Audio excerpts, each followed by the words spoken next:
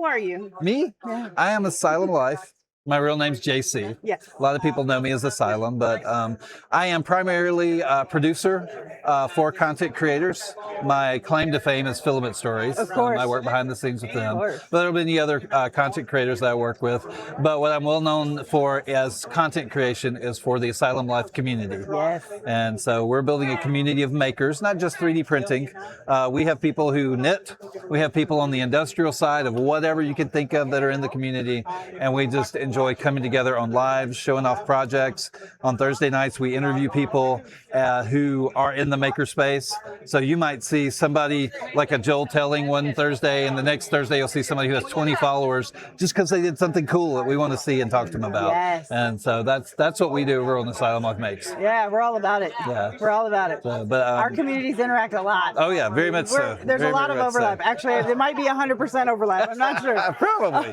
Well, and that's our community is not there's a lot of communities of isolation, right? Where a bunch of 3D printers or laser engravers and they go into these communities and they sit there and they work within that kind of that loaded term, echo chamber, but it's this you're seeing and hearing the same stuff. Right. And so we like to invite people into ours. We get the philosophies of woodworkers. We get the philosophies of 3D printers, of designers, of all sorts of people. Yeah. And we've had lots of people come together and start projects. We've got, Kyvex over at Print HQ is working with a lot of people in our server to better his programming or get his website up and just different things there. Yeah. We got a lot of things that happen over in the community. And so it's just a neat place to be, and then we have links to other communities like PTAD and other content creators who are areas of interest for the people within our community. So we're very, very open to just linking together and making something really big. Yeah, because it takes all of us, right? Yeah, definitely. It takes all of us. Well, and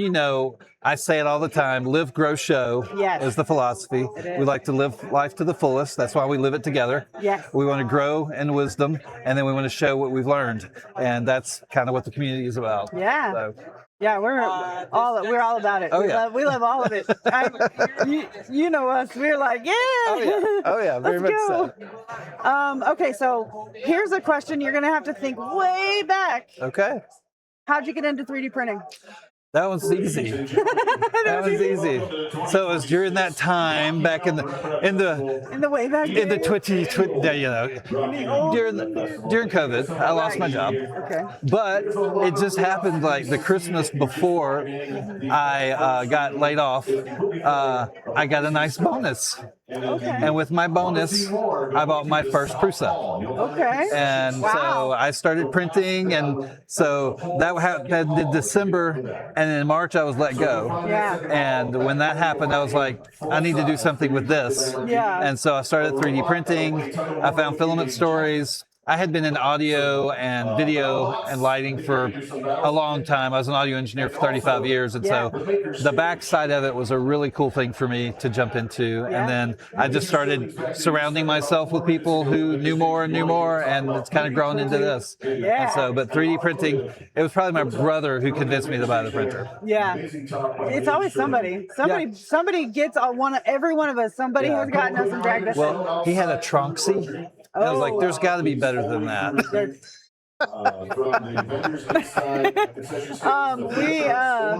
We had I thought of something while you were talking, and now of course it's gone. Of course. So you just talked about sort of your other hobbies and jobs. Working with Courtney at Filament Stories, who is phenomenal. Yeah. She's just so much fun to be with. And she's just a good person. Yeah, she's amazing. All of her intentions are always like just so like amazing. Just love it. I love Courtney. Yeah, she's absolutely awesome. She'll be here later today. Yes, yeah, we're gonna talk to her today. Yep. I'm excited. That is my interview. I'm talking to Courtney. Good. All right, so. You build communities. We talked about that a little bit, and you kind of gave your why at that point. But do you want to talk more about like what your why is, like why you decided it was something that was needed? Yeah, I can. One of the things I noticed kind of in the background of working with content creators is content creators and even people in the makerspace have so many ups and downs in their lives. Yeah. We just, whether, sometimes we talk about neurodivergent, sometimes we talk about ADD, ADHD, those types of things. Yeah. But even just, the normal everyday people in the space, we put so much love and passion into the things that we do. And sometimes we feel that people are not reciprocating, going, oh, that's amazing. Or maybe we don't get the audience that we thought we should, or we don't get the likes, or, even at a show, not as many people knew me, right? And I just kind of noticed people kind of getting into those down times, those depressive times. And I had come out of that time in my life where I had the places I worked, I felt like a tool that people use to get things done. Right? Yeah. And me as a person, they didn't necessarily care about. Right. And while it's not something they intended to do, it was just a consequence of what happened. And so coming in and building a community like this is so much about, that's why I say live life to the fullest, because we want to be together. We want to grow together. We want to help each other. And so then the grow, that's where we grow when we understand, why am I having these emotions? Why am I going through this? What's a better way to look at it? So as a community of makers and everything, we can work through all of that. And so that's where that passion comes from. I want to help people stop feeling like tools and feel like real people. Yes. And make the things that they are made to make. Yeah. Yeah. So that's it is very kind of similar to what we do in that respect. We want to make sure that people have a safe place to land, a soft place to land, somewhere that you definitely know you have support, and we're all, there for each other. And that part of I think that's why our communities are so overlapped, is because that is the foundation. Is like everyone should feel good. Yeah, right? I think so. Well, and even if you don't feel good, we know there's going to be times you don't. Of course. That's okay. We'll jump in the Discord room and you can yell at us for a little bit, and we'll be good. Or we can sit in there in silence.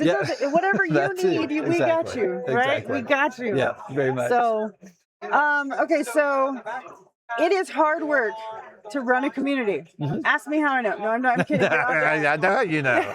I know how you know. So, you tell me what your favorite part of doing it is. Is it just the being there and being the support for people, or is there something that you really like doing? Like there's one thing that's I'm very much on the teaching side of things, and I love kind of educating people, and that's why that show is so important to me. And so there's a couple of different times I'd say, where I go, spending so many years on this and only a few people are being involved, which we've grown so much more over the last year. Yeah. But when I look back and I go, this made it worth it. This made it worth it. And those times are when I see somebody who's learned something from a class we've given, or even just sitting in a group and talking about something, and they've gone off and they've done greater things with that knowledge, right? Or even the times where I'm sitting in the Discord and the chats aren't going on. It's like, where's everybody? What's happening? But then people start showing up one by one, and you end up with this couple of hours long conversation where everybody's just having a blast and laughing and talking. Those are the things where I know the community trusts each other enough to learn from each other and to just be vulnerable to each other. Yes. And that's what makes it worth it to me, is those relationships and those types of things. I'm with you. We have a lot of the same, that's why we're doing what we're doing. It's a lot of, there's overlap there. And even going live, you get on TikTok Live, or you get on anywhere else that you are, and I probably shouldn't be mentioning names, but I am. Anywhere else, it's fine. But, and you sit there alone in a room for 30 to 45 minutes going, is anybody ever going to show up? Right. But then at 46 minutes, somebody steps in and goes, I'm having a rough day, or it's so good to see you here tonight. Thank you for always being here. Right. And so it's nice. And you can, in those moments that even though you sat there for a while and there wasn't anybody there, you being there helped somebody. Yeah. Right? Even if it was just, hey, I didn't have anything to do. I was feeling very lonely. Here you are. Thank you for being Right. And I don't even, I just enjoy, people are very thankful. And I'm just like, no, Totally. I'm here. Like, we said we're here, we mean that. Yeah. Like, but also, we're there, but your responsibility is to be there for me too. yes. That's how it works, right? Yes. It's the value for value that we talk about. It is, yeah. And I don't know how many times I don't even like, I don't know how many times just having the folks in our community there has like made it, because it gets hard and it gets tiring. But having somebody say, "Hey, man, that looks great. You guys did a great job. I'm so happy to see you today." Yeah. Like, that helps us just, it keeps us motivated to be here and do these things. So very much so. How many different communities do you help manage? I know the main one. So currently there's primarily 2. Okay. I'm a mod and a bunch of others. Yeah. I don't do a lot of management per se, but I have the Asylum Life and I have the Creator Mastermind. Right. And that's the one that it was actually started by Misfit Prince. She had started this server, and I've kind of started managing it for her while she's moved on to do her amazing things. Yes. And so over there, we work with content creators. We talk about what's happening with the different platforms. We try to educate each other. We throw videos in front of each other and like critique them and say, "Hey, I would swipe away at this time." We're very honest with each other. Yeah. Because as content creators, we want to know our problems. We want to know how we can do better so that we can succeed to get even just our messages out there, right? And you're actually a leader in one of the groups. I am a leader of one of the groups. We have groups that meet once a week where we sit, and it's just like no more than 10 people who come in. We sit and we talk. We find out what's been happening in the week. What can we celebrate? What video did you do this week? Let's watch it. Let's critique it. You critique mine. We go back and forth, and you build these relationships where you just have people you can trust when it comes to what you're creating, so that the person talking to you is not just gonna blast you like some people do online. They're going to give you an honest critique of what's going on. And what I do really like about like everyone who's there is there for the same reason. We are all on the same page as far as like, we want the criticism. We want you to tell us. Yeah. Like, but also, you don't have to be mean about it. Right. And nobody ever is. There's a difference. There's a difference in being in a room and talking with people and them critiquing you, or someone going and watching your video and going, "You're too short," and moving on. Right? What does that mean? Yeah, and you can have actual conversations like, okay, well, exactly. And I've seen a couple of different ways that people do it. Sometimes they'll be like, okay, well, I hear what you're saying. Let's clarify. Like, clarify. Help me clarify what you actually mean. Like, what would you suggest? Yeah. Right. And then also, people will go reshoot the video with the critiques in mind, make the changes, and then put it back out there and say, okay, how does this? Is this better? Yeah. And that is it's beyond valuable for any content creator to have that honest. Right. Be able to have an honest dialogue. And I've posted videos in there, and people are like, "Yeah, no, I'd maybe go back and do it again." Yeah. Maybe don't do that again. Yeah. No, I'm with you. with you. But it's so much fun. Also, I do want to mention really quickly, just because I'm thinking about it, and that was what I was going to say earlier, and I forgot. Ooh, okay. If you guys love the lighting in this space right now, that is all because of this wonderful gentleman right here. He came over here and made sure that we were all lit up. Hey, that's what we do. We work together. It's wonderful. It's all good. All right. So I do want to talk to you about Make Good and 3D Print Cares, because I know you're involved in some of that. So, well, I was in the beginnings of it, getting stuff to the community and everything, and trying to help 3D Print Cares get out there. Which, if you don't know 3D Print Cares, that's Brady and Binsky are running that, and it's something that they want to do to care for the 3D printing community. And then Make Good came along, right? And I happen to, because I get to kind of go into some of the spaces that some people don't. I get to meet some of these people and have conversations, and they were needing a lot of help as far as getting chairs printed. And if you don't know anything about Make Good and the toddler mobility trainer, it's a small 3D printed wheelchair apparatus that allows a child to learn how to use a wheelchair. Because when a parent goes to the insurance and says, hey, we need a wheelchair for our child, they say, okay, and they put the child in a wheelchair and expect them to know how to use it. Right. And if the child can't use it, they don't get the wheelchair. Yeah, Right? and they don't. The way they come, they're not always small enough either. Right. Like those little guys need Big ones, little bitty chairs. And so this is kind of, I think of it as kind of a supplement type deal where you can get it to a child when they're younger.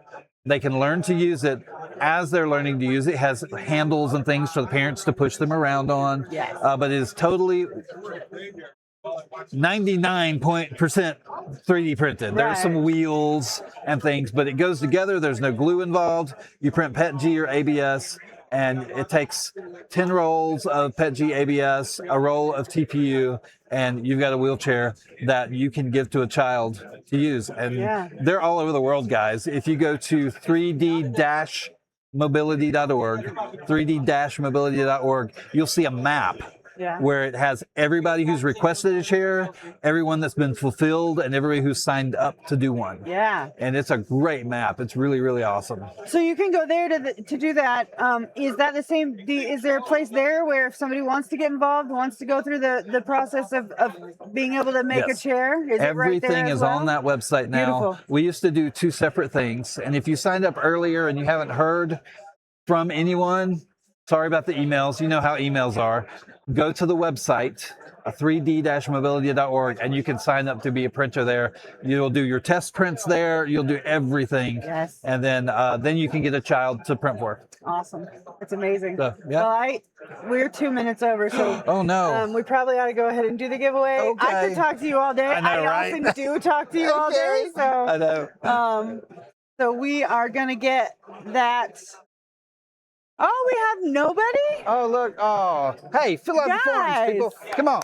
We got some filament we're giving away here. You need to sign up to win the roll of Polymaker. Come on. I bet there's a link in there that he posted that you can click on that will take you to a form that you can fill out. And nobody has signed up yet. So if you sign up right now, I wonder what your probability of winning would be. If you signed up right now? Like right now. Probably 100%. No, right. If you sign up too slowly, it might go to 50%. Yes. Or even 33.3. Yeah. Yeah. And we won't take that out in all iterations. Oh, and good news, guys, if you sign up,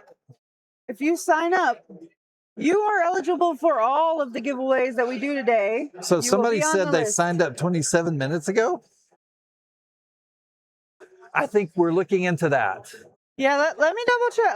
So you keep going, guys. You keep doing your thing. Sign up, do all that. Stay here, support this live. Y'all got a walk around happening soon, right? Yeah. Our good friend MTF. Hey, that guy right there. That guy right there. And while you're like in there chatting and everything, make sure you wish him a happy birthday. He's doing this on his birthday. Yeah, he's doing this for us. We put him to work on his birthday. You don't get birthdays around here. No, I'm just kidding.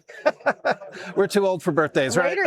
Later, we're going to send him. I don't know how old I am. Later, we're going to sing to him. Oh, so that should be fun for him. That'll be awesome. His ears will bleed. Are we doing this over the speakers? Yeah. Are we crowding around here? We could. Okay. Oh, we could. Let us know. Yeah. Let us know. We can always bring gifts of maker chips or something. Yes.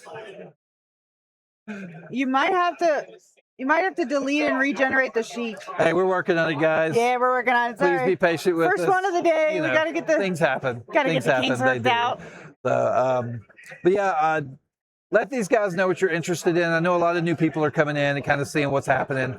There are going to be some forms you sign up for. When you sign up for them, you'll be eligible for all the drawings they have going on today. Just today, and you restart tomorrow, or is it all the? Okay, there we go. You're eligible all day today once you sign up, but tomorrow you'll have to come back and sign up again. We have to keep you coming back to the stream somehow. That's true. But don't make you keep coming back. Come back anyway, because there's going to be some really cool stuff, and you'll see a lot of just different things happening around here. You'll see interviews of people you see out on the floor. There's going to be a lot of content creators, even myself, going live at some point in time. Yeah. And so pay attention to all that. Look up RMRRF 2026 will be the best thing for you to look up, and you'll find a lot of information. So, but they're still refreshing, looking at browsers, trying to see where things are. Yeah. But anyway, this is Gladys. Yes.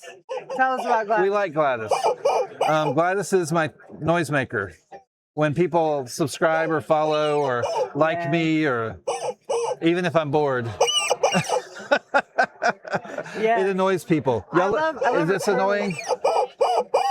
I love her curlers. Yeah, that's why we named her Gladys. Yeah. It was kind of an ode to the old sitcom In the Diner. Yeah, okay. Right.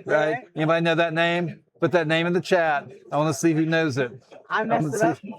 Okay, I want to see who knows it. So it turns out I messed it up, guys, but we're getting it straightened out. Uh-oh.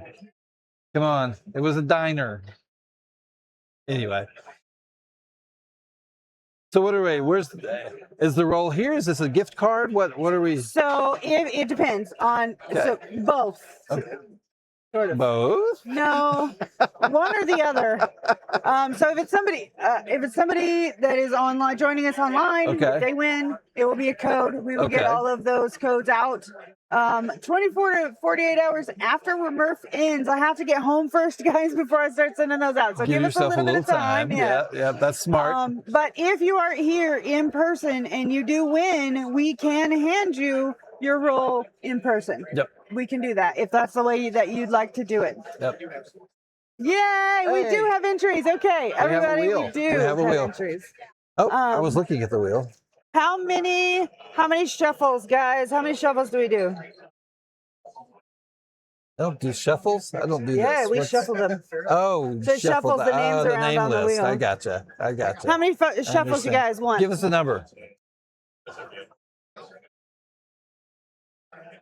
Oh, can I get my head? No, the PTAD logo's there. 2. Lamar Lab says 2. We got Lamar, what's up? How you doing? First number we got, we're going with it. Ready? 1, 2. All right. And spin. Here we go. Round and round she goes. Where she stops? Nobody. What? There we go. Flex 3269. Flex 3269. It's on every monitor. Your name is the biggest name here right now at. That's right. At this thing where we are today. Rocky Mountain Rope Rap Festival. Where are we? What are we doing? Are we doing something? That was Futurama. My favorite episode on Futurama is when the guy from the future comes back to be elected as president. Yes. And they do the holographic thing where he eats pie in every restaurant around the country. He's like, this pie at this location is the best. Right. And so anyway, that's where my brain went. Yeah. All right. Well, awesome, Flex. Hey, reach out. They'll do their thing. And remember, 48 hours after she gets home. Yes. Or, 48 hours after this is over. Give her a day or so to get home. It takes me about 16 hours to get home. So a little bit of a drive. Yeah, a little bit of a drive. Well, Asylum, I really appreciate you coming and hanging out with us for a few minutes. And of course, if you have any free time, I'll swing by. Yeah. Always. Yeah, absolutely. Well, thank you very much. Yes, of course. Y'all have a good day. Yeah. Bye, guys. Thanks, hey, keep Asylum. watching. I got magnets. Yes. All the magnets. All the magnets. Thank you. Thank you.